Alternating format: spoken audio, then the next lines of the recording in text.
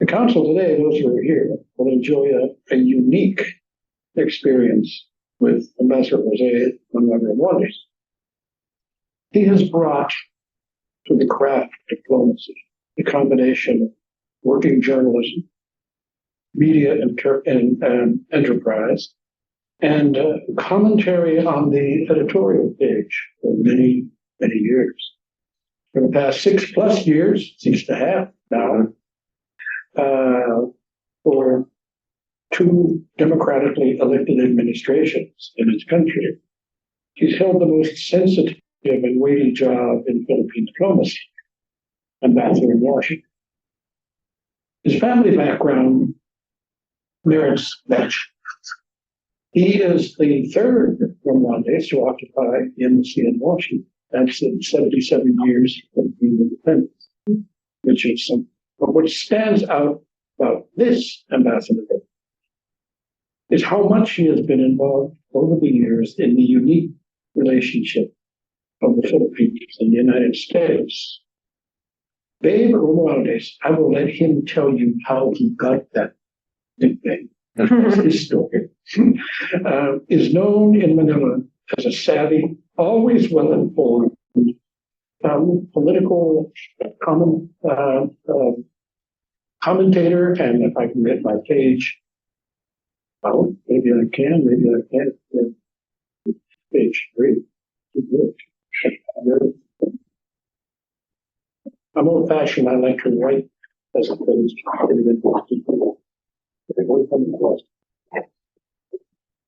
okay. Magnanimous. He knows his country over all the political and economic lines, plus Philippine regional and international affairs. For me, he is a Filipino, kind of a Tom Friedman, middling nation. Throw in a couple of Wall Street Journal friends, and you have that mix of ambassador. He brings the talent as ambassador to the U.S. Quite simply, he knows and reads us very well. This accomplished through many friendships with so many Americans over so many years. And he has always valued the unique bilateral relationship that brings benefit to both our countries.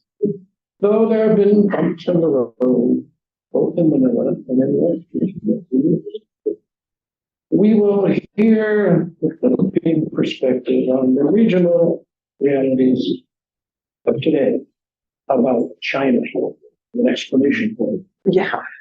And on the thriving binational relationship with the United States in the wake of so many cabinet-level visits recently. Plus the visit next week of President Marcos for the Prime Minister of Japan. But that's enough tantalizing for you all. Right now, you should get to lunch and prepare to have a really good roundtable because he has a lot to say.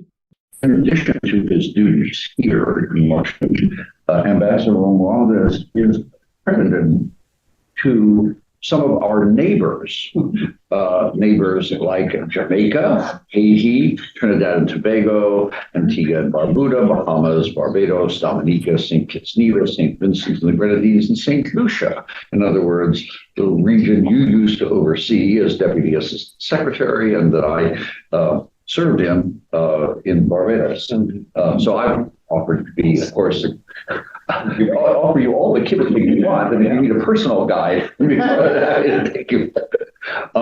And having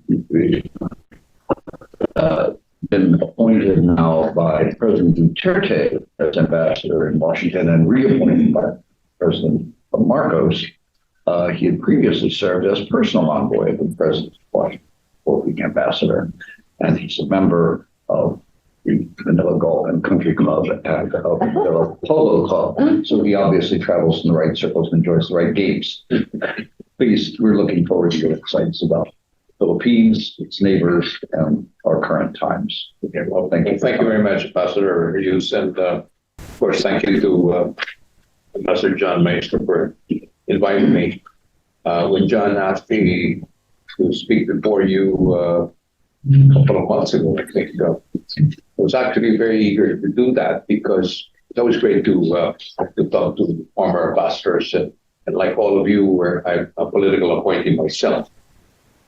And I think being an ambassador, some people may have the wrong notion that, at least in the Philippines, that they think that being an ambassador is having a good time or enjoying life, as they say. But I didn't realize how important it is, especially being an ambassador here in Washington, D.C., especially during this time.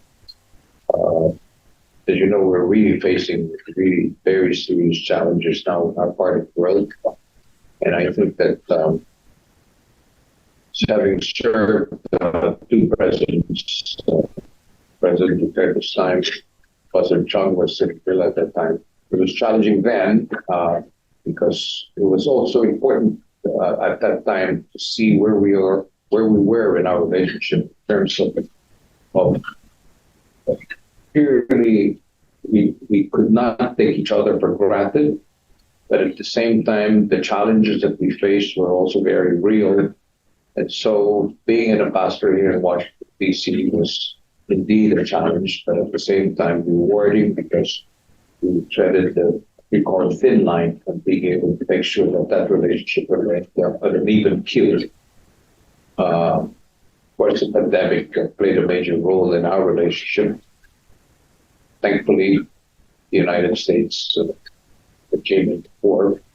Asian Development Bank was very helpful in financing many of the requirements for vaccines that we had to purchase from the United States. And the last thing I did, That's right. literally the last thing I had to do before I left the country was work it out with Sonny and Paul. That's correct. So you can't imagine how that particular thing made a big difference in our relationship in the long term. Because but then my successors took all credit for it. So don't worry, and I'm writing a book. I just want to put be the real thing. But yes, that one really spelled the difference in the sense that at that time when then President Duterte felt that we needed to start looking to China as a neighbor and as a friend rather than sticking too close to the United States. But the vaccines obviously played a role in the sense that people were just, when you are looking for survival, just be able to live. And the United States came into forward and gave us not only donated some of these vaccines, but at the same time, as it worked out that we were able to finance many of purchases to save a lot of lives. But nonetheless, here we are today, and I think that we can describe our relationship in the United States now on what was described by our foreign affairs secretary now as an hybrid life. And how rightly so, because we face a lot of challenges in our part of the world, and I think not too many, some people may not realize how serious these challenges, because we have now a country that not only has decided that their territorial claims have now expanded from 9-line to 10-line, and perhaps even much longer now. But these are symptoms of what we may call history repeating itself. When you have a country that is beginning to use historical narratives that will give them a reason to start moving in a direction that obviously is not unacceptable to many of us, and I'm sure you will. And so today we have a very good relationship with the United States, probably, as I said, a hybrid drive. And we have our defense strategy has been very strong with President Marcos. He's going to be here in Washington, D.C. next week. It is going to be his fourth visit here in the United States. And this is a very historical trilateral meeting which the White House has organized with the Prime Minister of Japan. Again, this is very important not only for the Indo-Pacific peace and security, but more importantly, on giving a message that like-minded countries are now beginning to band together to make sure and deter any kind of aggressive behavior coming from countries like China. And we're seeing some indications that perhaps, like the conversation, I understand the telephone conversation that President Xi and President Biden had the other day is a good indication that at least there is that communication now to find ways and means to be able to resolve so many of the issues that involve our part of the world. And of course, trade as well. But so with that relationship now, where we are today on our defense strategy, the other part of it is the economic part of our relationship, which is also very important because economic prosperity means economic peace and security for many of our countries. And I think that's clearly now coming to fore once again. And we had a very successful visit of the Commerce Secretary, Gina Raimundo, a couple of weeks ago, bringing with her about 22 CEOs from American companies that are looking to invest in Philippines. And we also have business groups coming from the Philippines to the United States to see how we can also try to work out joint ventures and so forth. So, but as I said, our relationship now is in its hyperdrive, and the role that ambassadors have played, your ambassador in the Philippines, Ambassador Mary Kay Carlson, and myself have been working together to go into the same direction, to see how we can manage this very, very critical situation that both our countries are facing, and hopefully we will succeed in the end. I think I'm just going to leave it at that, and I'll be happy to answer any questions. Yes, David. The China situation is terribly interesting. What is the current status of the ship the Philippine government has stationed in one of the islands? And I understand they couldn't even resupply it. Has that been advanced at all? Well, actually, that ship, it's a shipwreck that we intentionally. It's one of the shoals there, the Ayudan Shoal, which is one of those that is being contested by China. That it is theirs. But we intentionally did that, and we have been supplying our soldiers that are stationed in that particular ship for many years, for a couple of years unimpeded. But during the time of other presidents, the Chinese were a little more aggressive. They wanted us to ask permission, which was totally unacceptable, of course.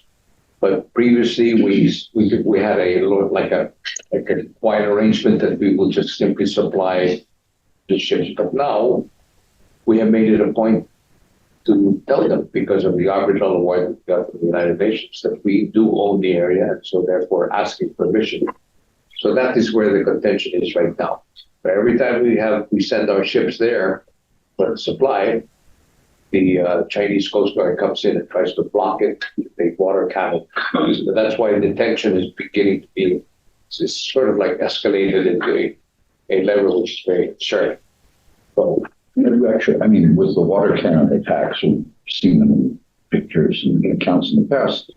Have they actually succeeded to prevent resupply, or does it just make it all difficult and these kind of brinksmanship exercises that the Chinese do? To a certain extent, they've been able to stop them, because we have about 2 or 3 of these boats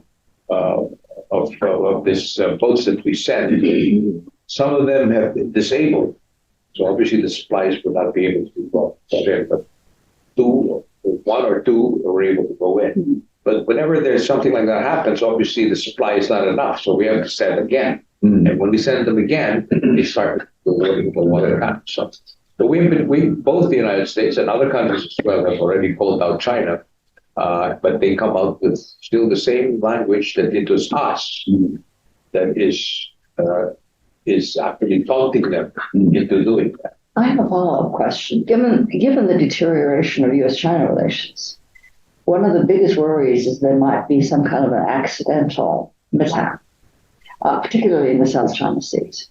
And I just wonder whether you have the same worries and what can be done to prevent something like that happening, and also because it could spread into something much bigger.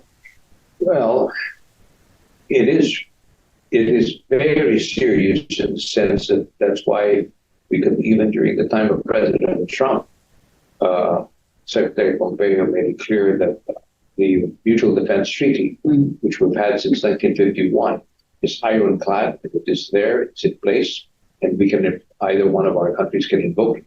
It has been reiterated once again for this current administration. We have, both the United States and the Philippines have warned China that if this continues and escalates into a situation, then if anything happens seriously, then that mutual defense treaty it can be invoked, which I think China realizes that they're sort of like playing brinkmanship and trying to push it to a level that they think that it's just a bluff. But actually what they're doing is they're now, the language they're using, or every time we send them a demarche, the Philippines, the United States, and other countries, the language is, why don't you just leave the Philippines to us? We will talk to them separately. They tell the United States, why don't you and I are okay, just leave the Philippines. They tell us, keep the United States away, you and I can talk. But this is the language they're using to us. Obviously, they're trying to separate us and keep us away from the advantage. Exactly. Yeah.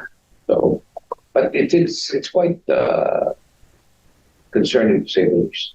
But you know, the American public knows very little about the Philippines and that the Mutual Defense Act. All of our attention seems to be focused, maybe as it should be, on the Ukraine, Gaza, and Taiwan. In terms of Asia, the Philippines doesn't really come up as a real, time bomb. So is that something you're hoping to get out of the upcoming summit? Well, the summit is simply, to us, it's really just important for countries like Japan to join in and really see. Japan obviously is very much concerned since it's around our neighborhood. But I've always said that the real flashpoint is not Taiwan. Mm.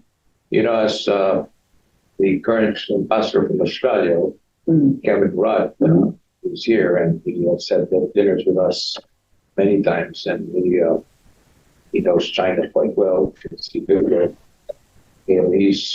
The way he describes it is, we just have to find ways and means to deter China from continuing to do what they're doing, and deter President Xi from thinking of doing an invasion of Taiwan, and not make any moves, and just hope that every morning when he wakes up, he'll say, today's not the day. And every day, hopefully, he will say that until the time comes that he will leave this earth. And then the joke is, his mother's still alive. She's 6 years old. So he's going to be around a long time. So Maybe trust despite his these issues. continuous reelection, maybe somewhere in there will be a retirement plan. Not inside. No, But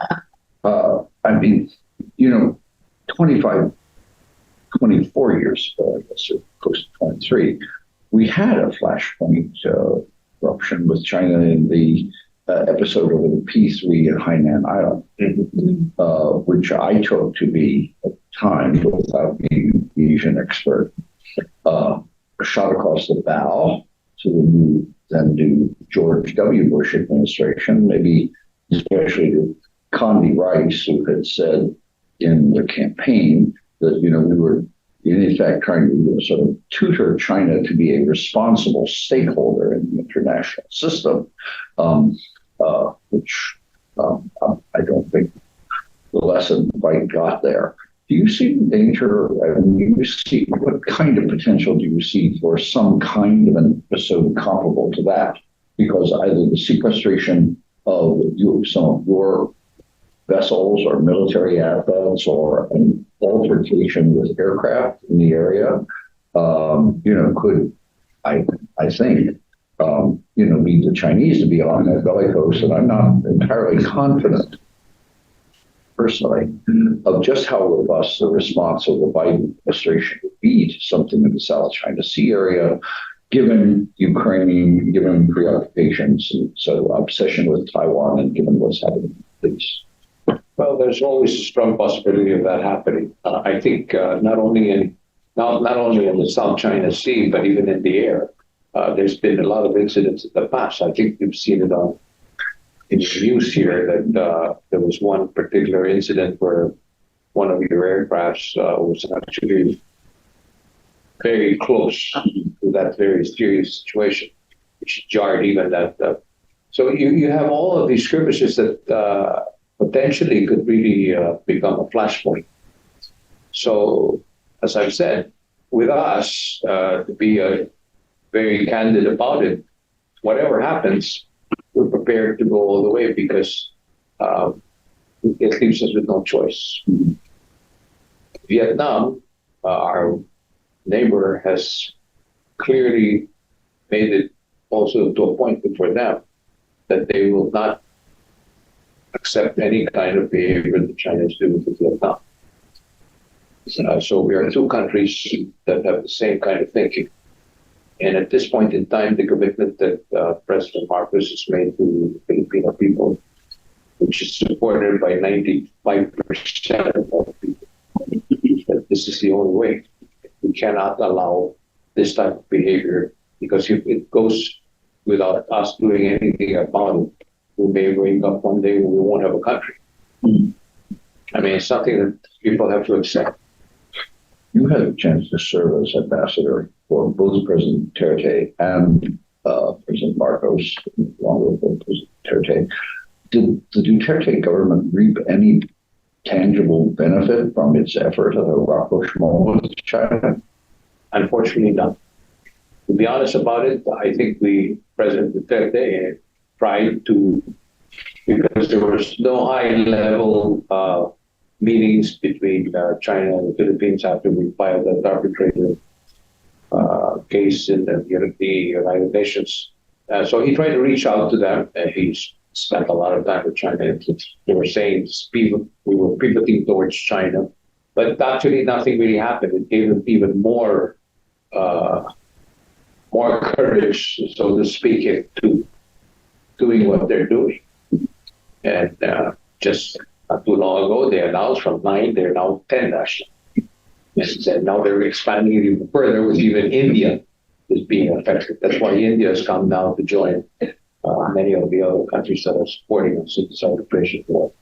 Recently, again, in the Gulf of Tonkin, they are also claiming the territory and border, which obviously affects Vietnam.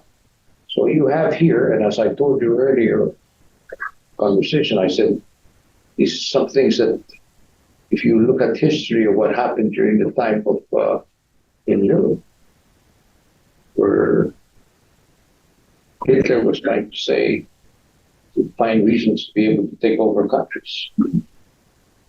So if we don't look at what happened in the past, and we're about to repeat it.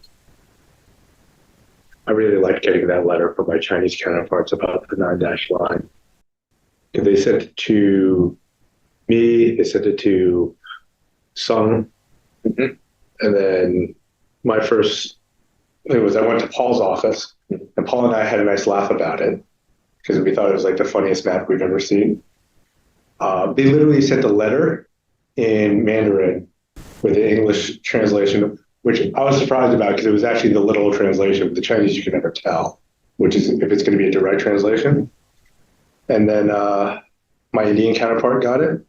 And so, we had a very nice laugh about it.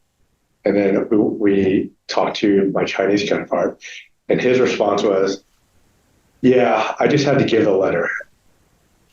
And that was it. He didn't, because his Ministry of Foreign Affairs and State Security told him he had to give a letter, but he wasn't a real big believer in having to issue the letter. And it was their claim, yeah, territorial waters. And then they had a very nice color map with the red lines on on the Twitter. But, you know, as I recall, Paul wasn't that offended. Paul's like, yeah, we've been dealing this way for years. But it was my Indian counterpart who got the Indian embassy, you know, everybody involved on, and then that upset the Pakistani because the Pakistani were in cahoots with the Chinese on this as well. And so it made for an interesting, 10 days in the office because of this letter. I think it was like my 5th week in the job that I got this letter. And everyone thought it was like the funniest thing they'd ever seen. So, Yeah, well, it's like, because no one's ever going to agree to this. So, well, they're following that now. They're saying. You were saying that many countries in your neighborhood have been moving in the same direction to cooperate, resist the Chinese claims and their pretensions, and cooperate. It's fair to say a chain is only as strong as its weakest link. What's the weakest link that you see so far in that regional cooperation?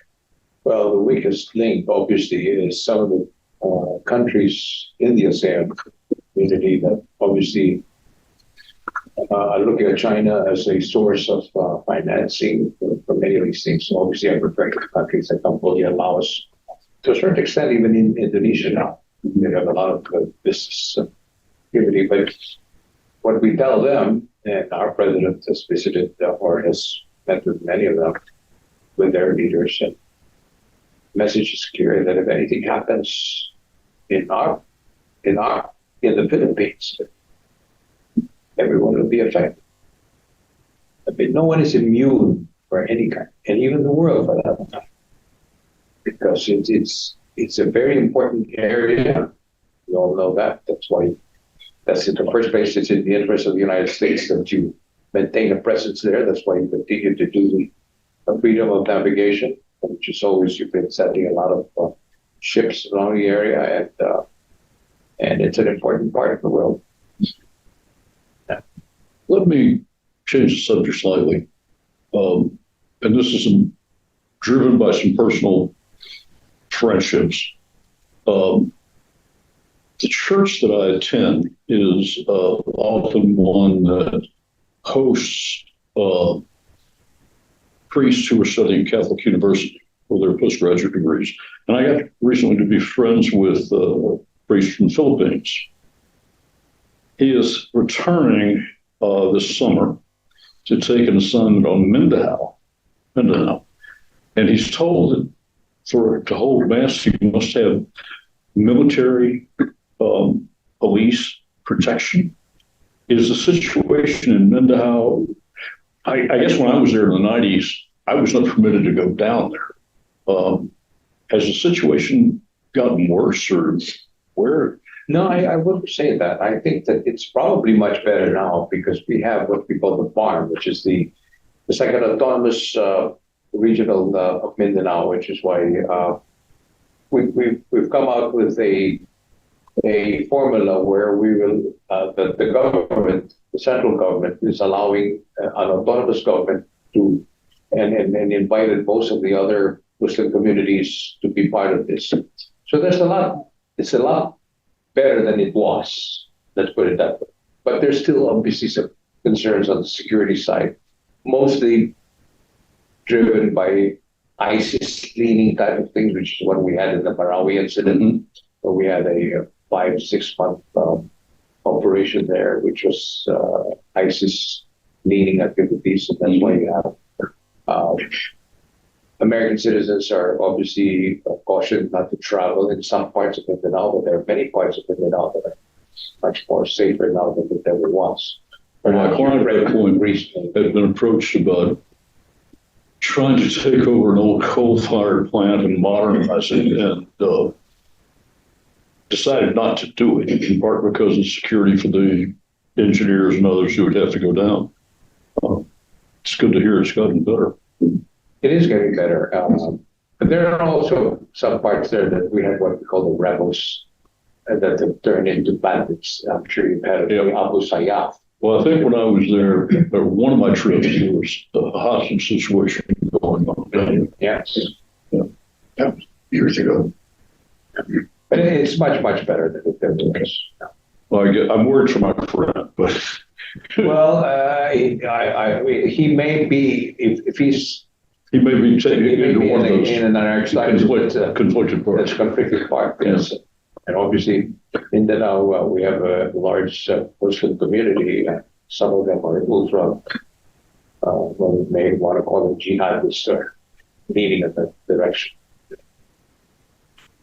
I'd like to add a point about the farm that Ambassador Romualdez mentioned.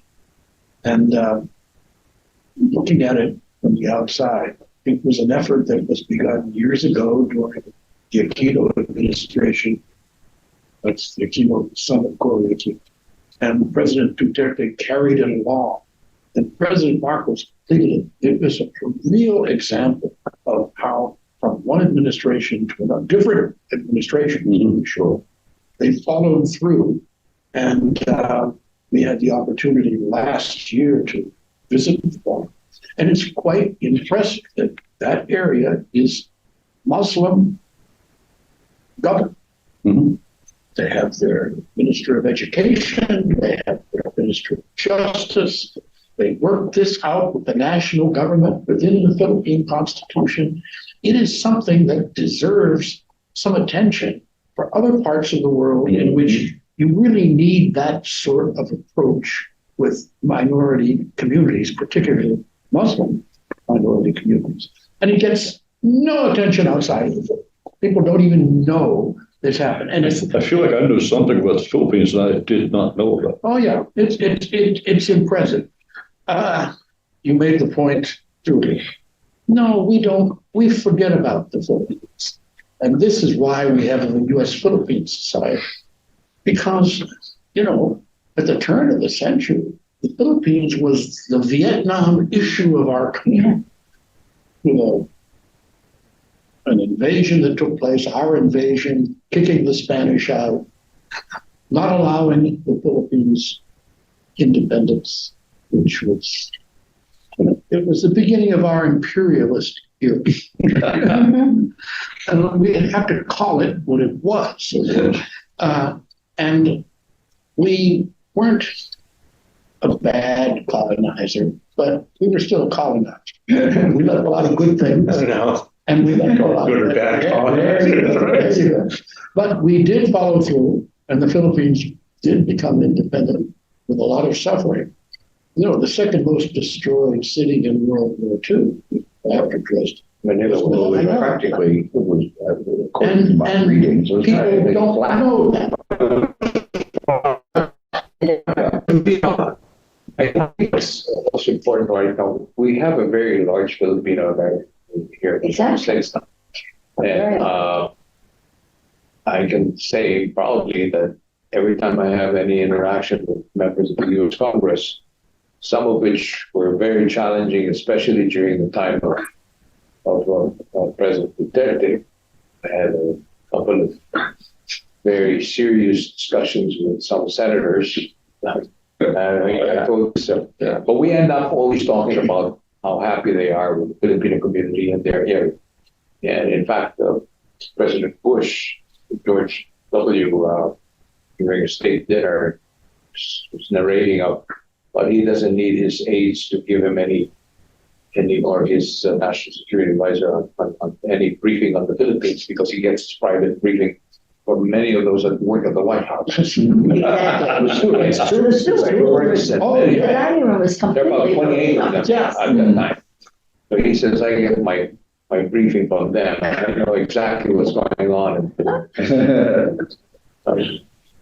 President Trump had a couple senior aides in the Filipino Society. American society. American Society. Yeah. Yeah, the U.S.-Philippine Society. I am now the president emeritus, But you but I'm still It's been there. active hands-on. But Yeah. why doesn't your society take advantage of the fact the Filipino food has Oh, yeah. become a foodie? It is quite the thing. And there are several Michelin star Filipino restaurants. Yes, there are. Why don't you do a culinary diplomacy program and promote? We've done some things, but obviously, Julia, we didn't get to you. Well, But you are absolutely. I mean, really. Let me give you another area that we have done in the past, but we have to do more of: fashion. What about shoes? Oh, yeah. Oh yeah, shoes and dresses and everything that go with women's fashions. I'm not as big on fashion as I am on food. Yeah. You can attract so many more people with food. Well, I am a big fan of the loose shirts. I would like to see Washington adopt Like, In the summer. Or the bottom. All right, Yeah. yes. Yeah. No, That's true. Filipino fashion is, Filipino women really know how to style I was themselves. going to say, arguably, barongs were made for Washington as Yeah. much as they were made, at least in the summers, as much as they were made for the I never wore one. No, because I got confused enough when I was over there for Well, Filipino, you Chinese, know, so I never wore one one. of the things, yeah. Or same time. Yeah, see. You know, when there's air conditioning, it's more comfortable To wear a suit. to wear a suit. When you go out, yeah, and you have to, you really have to look at the weather and see how much time you're going to be spending. Yeah. It's only a matter of adjustment. Yeah, I had to loosen up my dress code for my security detail. Eh, Let them wear whatever they wanted. But I was wondering, Suit time. Guess whatever you want.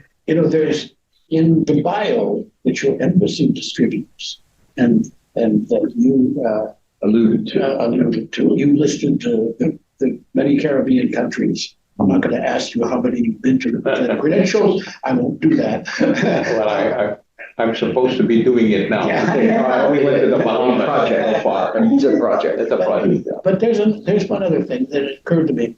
The Philippines is also an observer country at the Organization of American States.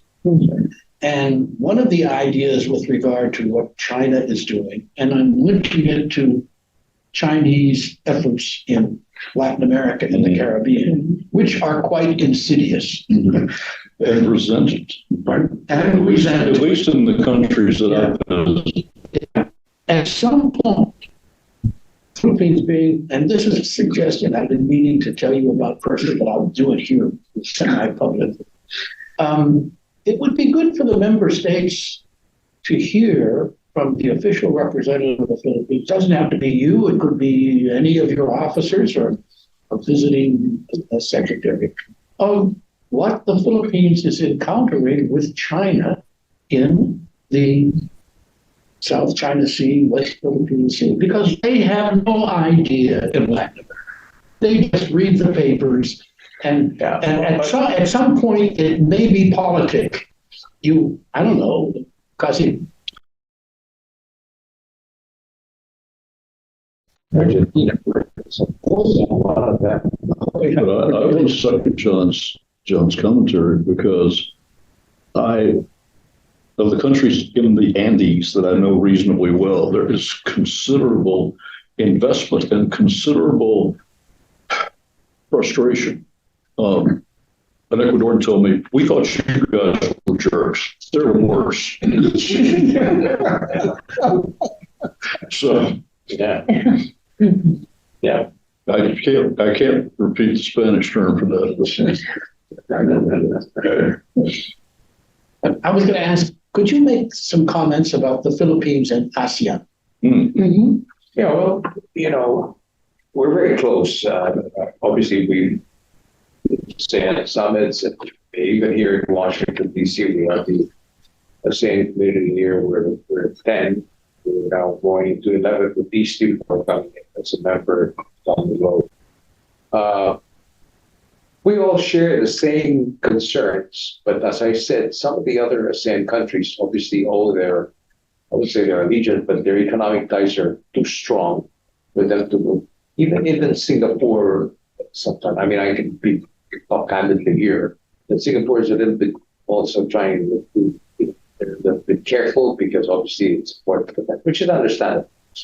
But down the line, they realize that if anything happens, as I said, it's going to affect every one of us. The ASEAN region right now, probably the economic growth is it's probably one of the best performing economic activity now in the world. And that's why we have a lot of interest coming even from European countries. We have free trade agreements with many of the European countries, and we're trying to work some of that here in the United States. And that's why it's very important for everybody to be together, especially the ASEAN community. President Marcos has reached out to the Vietnamese president, to the Indonesian president, to the Malaysian prime minister, and we're all coming to agreement that we're going to have to try to find ways and means to be able to, number one, to protect the environment, the maritime environment, because they are slowly but surely being destroyed by all these activities of building these artificial islands, using corals as the base. And we have pictures to show you. The environment is being destroyed. And it's one of the richest part of the world in terms of maritime Biodiversity. Yeah, biodiversity. There's also the economic issues with fisheries issues, with Yes. all those fisheries. Yeah. I remember during my tenure in Manila, the talking points that were always said to me by Paul, Paul Dominguez was my counterpart, Secretary Dominguez as well, his brother is a finance secretary, and others in the region were, don't make us choose between China and the U.S. Like, we don't want to be ever put in that position. How much of that is still true today, given whatever our actions or Xi's action are? Are they like kind of choosing now, or do they still want that kind of middle of the road wiggle room to go wherever they think is best at the current time? Because I'm still for not making them choose. We want it to be that way, but I'll tell you what the president told the Chinese ambassador not too long ago. When some of these incidents, when this particular incident happened, right after his visit to China, there was this whole incident that happened in that area. So obviously everybody was concerned about it. So President Marcos called the Chinese ambassador and told him very bluntly, he says, "You're making it very difficult for me to be your friend. Because the Filipino people are sick and tired of this type of behavior. As I said, 95% of our people are saying we have to do something about this. And they don't like it. President Marcos is put in a box. And if he doesn't do anything about it, he can actually be liable constitutionally to protect our territorial waters." But then I want to couple that with China's economic interest in the Philippines. It wasn't lost on me that the Ayalas and others, with the Globe, Smart, their financial backing is with 40% of their backing or 50% of their backing is with Chinese state-owned telecommunications. But I know from a Chinese standpoint that's a smart investment because large Philippine population need adequate telecom, so it's an investment strategy. But given that the economic engine that is China in the region, does that put President Marcos and other ASEAN countries in a little bit of a tighter spot because of the decent Chinese investment versus the coercive Chinese investment? Well, it's a decent investment, but it's also now, and if you're talking about the telecom, Huawei, which is the biggest supplier of this thing.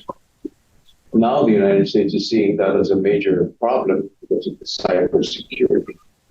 And so what they call it, now they're introducing what they call a new thing called the open RAN, which means you can use any system to be able to use your phone instead of having to stick. But that's going to be, it'll take a lot of resources to be able to undo many of these Huawei equipment that is in place, both to two major telecom companies. But there's also a lot of problems we're facing right now with cybersecurity. My router was a Huawei router inside my home. Well, and then I got my office router changed to a Cisco router. But then you open it up, it was still Huawei guts. So, Yeah.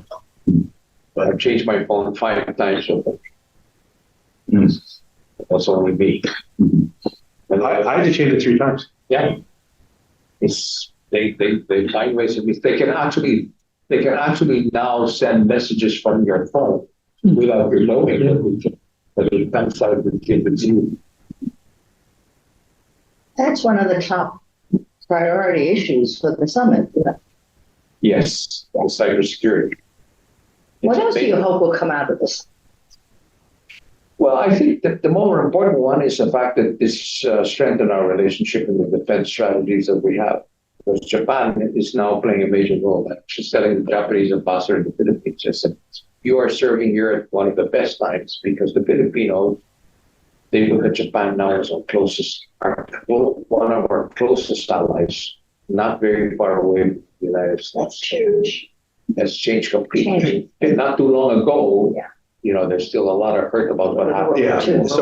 But is there still a little bit of a concern about, Japan's colonialist past with their increasing military spending and their defense posture? Actually, right now, everybody's welcoming it. We're receiving quite a number of our Coast Guard cutters from Japan. And now there is a plan for some of your defense companies to start doing joint ventures with Japan. Now, is that going to take place at Subic potentially? They're planning it at Subic. To build some ships there. If you look at the map, if you ever get it, this is some of the things that the briefing that we got in Tobago. The Chinese have about maybe close to 3,000 ships in the Indo-Pacific region, compared to maybe about 10 or 15 of the United States. And so when we asked the Indo-Pacific commander what keeps you up, he says it keeps him up every night. And that's why we need to build up our navies to be able to counter all of that. The biggest navy now is China. So on that point, during my time in Manila, counterparts you talk to other experts, they would often say, China does not want to be a global power. The Chinese themselves would say, we're only interested in being a regional power. That's why we're kind of doing these. But given your neighborhood, a regional power is a global power. So what do you think what is your assessment on their regional ambitions versus their global ambitions? Are they one and the same?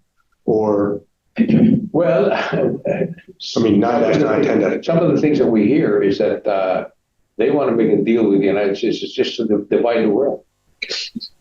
We'll take half, you take the other half. No. I think Europeans would have something to say about that, but. Well, reading the things I read, which is my impression is that they would like to be leaders of the global South. And I don't see them using a strategy that's going to get them there. So I agree with that. I would often tell my counterpart from China that, because he would often complain, well, the United States, you're these things, global hegemony type of issues. And I tell him, like, hey, you want to wear that crown? You go right ahead. You'll figure out how hard it really is to have everyone come and ask you, for, defense issues, humanitarian, multilateral support, and so on and so forth. I don't think the Chinese have any concept about what we as officials, former officials or current officials had to deal with. Not that people were asking us for everything, but or blaming us for everything. Yeah. Mm-hmm. My biggest problem is and babe, I can tell you this now, but I always hated when we wanted to give money to the ADB, because as soon as we dropped the check into the ADB bank account, my leverage was gone, and I never got any credit because that became Asian Development Bank money when they did their loans and the aid programs. But we're very bad. The U.S. is very bad at taking credit when we should be taking credit for the good work that we did. So it's great to see with Subic, the new bases that are coming online, that ample credit was given to the Philippines, ample credit was given to the United States. But you told the story about the COVID funding. What I told Paul was, tomorrow's my last day. Make sure you get this approved when I'm on my plane, so I can't complain, or no one from the United States can complain about you getting the $25-50 million, because Washington would have made me complain and try to hold it up. So I told them, make sure that I'm physically on the plane, because I have 2 more days as ambassador, but I'm going to do it from Virginia. And so I was nowhere near, but I said, I'm okay with this. If they get what they need and they get to cut the line on the COVID vaccines, I'm never going to hold it up, but make sure it doesn't come back and bite me in the behind that I didn't complain about it. It's always I think, a faulty strategy in geostrategy or military strategy or political strategy to count on your adversaries to defeat themselves. You have to figure out actually, how to prevent them from prevailing. But I'm struck as someone who did not work on Asian affairs, but have read a fair amount, had a fair amount of exposure to China. I'm struck by how rapidly how rapidly the bloom is off the rose about One Belt, One Road initiative, or Belt and Road initiative, or China's other inroads, geoeconomic or geostrategic, around the neighborhood. I mean, we were recently in Colombo, Sri Lanka. And I mean, I don't think that the Sri Lankans are very happy at all with how their relationship with China evolved, using their port and having all their infrastructure basically congealed and stuck in a half-completed condition, I mean, that's government official to government official. Yeah. I mean, you see this in Africa all the time. You see some of this in Latin America, where the Chinese will cut the deal. Their counterpart in Latin America, Africa, they had no problem taking the deal. This would happen in Malaysia under the previous or Mahathir. They'll cut the deal all day long because, in their mind, it's cheap money or free money, and they get the project done. And then it's someone else's problem at the end. It's pulled out. Yeah, but then it's someone else's problem. But I mean, I'm struck by the extent to which China's approach to these things has generated a self-defeating backlash, and how quickly. It's not like just a few. Phil, but it can never happen fast enough. This has to do with aid policy. The Chinese and the Japanese are alike in this. Aid is not aid for humanitarian purposes. It's business. It's totally business. If they can make money or by contract, because of the Chinese loans, Ecuador is required to sell its oil below world prices. That they cut very, very advantageous business deals for Chinese, not for the recipient. But it is a corporate welfare program, though. I mean, if you look at the subway system in BGC that they were developing. I mean, that's a JICA. That's Japanese. Yeah, but they use a lot of local labor, but a lot of senior management are all from Japan. Aren't they still doing turnkeys? It's all Chinese, but from the boss down to the worker. Well, no. The Japanese don't do. The Japanese used to do it that way. Yeah, they used to. Until someone told them you can't do that anymore because then it's a different form of colonialism. But the Chinese, I mean, how do you think they built the?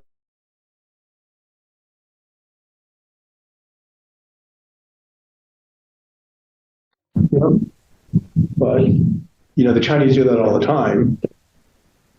But the funny thing is, like, if you look at the multilateral aspect, when the China gets involved, funds a multilateral project, the work is actually done better because they have to use World Bank, ADB rules and so on and so forth. But the problem is the Chinese get paid back first before the World Bank or Asian Development Bank to take that. So What kind of infrastructure has China actually done in the Philippines? They promised a lot, particularly in Mindanao. And my recollection is that they've delivered very, very little, if any. From what I hear, almost nothing. Your friend Sonny Dominguez, our friend, he told me that most of the things he had to not to accept it because it was obviously one-sided. It was something that we could accept. So maybe one or two bridges, maybe all those years, nothing really happened. On the other hand, the Japanese and the Koreans have a pretty good record in the Philippines. Japanese is our highest number. That's why Japan now, in our view, has become one of our biggest, not only our creditors, but at the same time, one of those that have already expanded their so-called projects that are going to benefit many of our cities. who's doing the rail line from Clark? Japan is doing that also. But we have a lot of these things. In fact, there's the Mindanao Railway System. That one is being funded by the Development Finance Corporation of the United States. And the good thing is about that is the U.S. government does not need to have a U.S. component to it anymore. So it could be built by the Japanese person. Before 2018, if the DFC did it or the U.S. government did it, you'd have to find a U.S. railway. And I don't think those exist anymore in the United States. So, but I loved funding projects that the Japanese were going to do because I knew it was going to get done correctly and I wouldn't have to worry about it. Well, this has been a rich, I think, an informative discussion and an intimate one in a very friendly setting. It was a very great friend. Well, thank you. Thank you for taking the time to be with us.